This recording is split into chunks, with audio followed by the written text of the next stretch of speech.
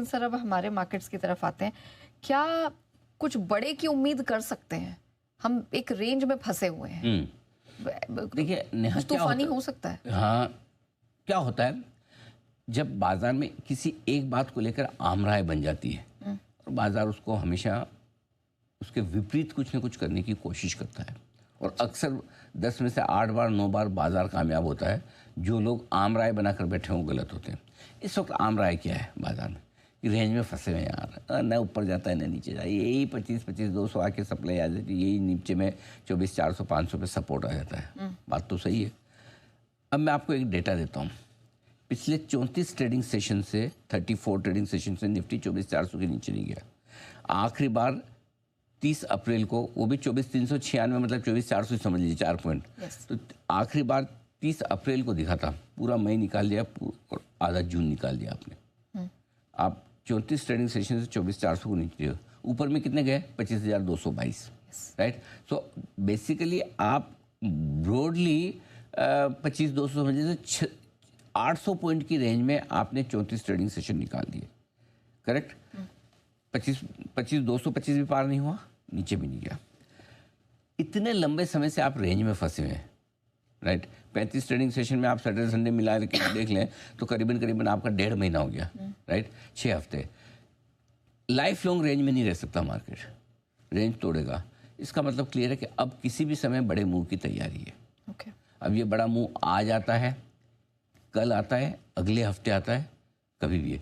मेरा ये समझना है आजकल में हो ना हो, लेकिन अगले हफ्ते तक तो हो जाएगा। अगले हफ्ते मंथली एक्सपायरी भी आपकी, तब तक मुझे लगता है बाजार एक निर्णायक मूव आपको दे देगा। और क्यों देगा और कैसे देगा और कहाँ से वो संकेत मिलेंगे वो समझ लीजिए। ट्रायंगल बन गया अब, ईरान, इजराइल और अमेरिका। अब अमेरिका भी इस ट्रायंगल में कूद गया तनाव में। भले आप कहने के लिए कह सकते हैं इजराइल और अमेरिका तो एक ही है, ईरान अलग है, वो कहने के लिए ठीक है, लेकिन जब आपकी बार अगर आक्रमण करेगा तो अमेरिका खुल के करेगा तो वो 3 देशों के बीच वाला मामला हो जाएगा, ठीक है। ये तय करेगा कि बाजार किस दिशा में रेंज को तोड़ेगा।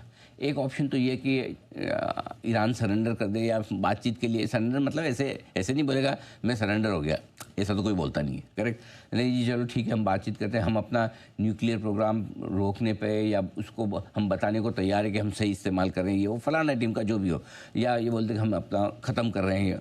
अच्छा, इस बीच कल मैं कुछ चैनल देख रहा था, कल ये भी दिख रहा था कि ईरान में भी अनरेस्ट हो रहा है अंदर अंदर, कि भाई ईरान की जनता भी सारी लड़ने के, एक्चुअली देखा जाए तो किसी भी देश की जनता लड़ने के मूड में 100% कभी नहीं होती।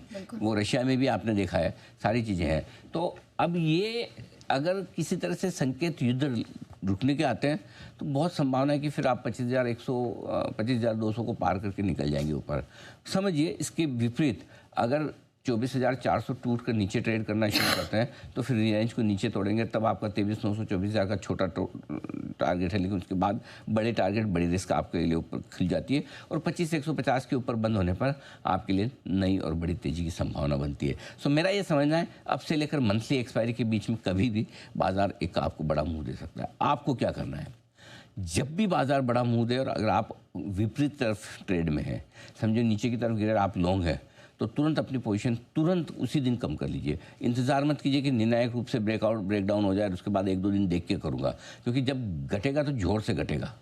और अगर बढ़ेर आप शॉर्ट हैं तो भी लंबा इंतज़ार मत कीजिए। मतलब आप ये समझ के चलिए भले ही गलत पड़ जाए, लेकिन पहली बार स्टॉप लॉस ट्रिगर हो उसी में काट लेना है, ठीक है। ये चीज़ ध्यान में रखने वाली बात है।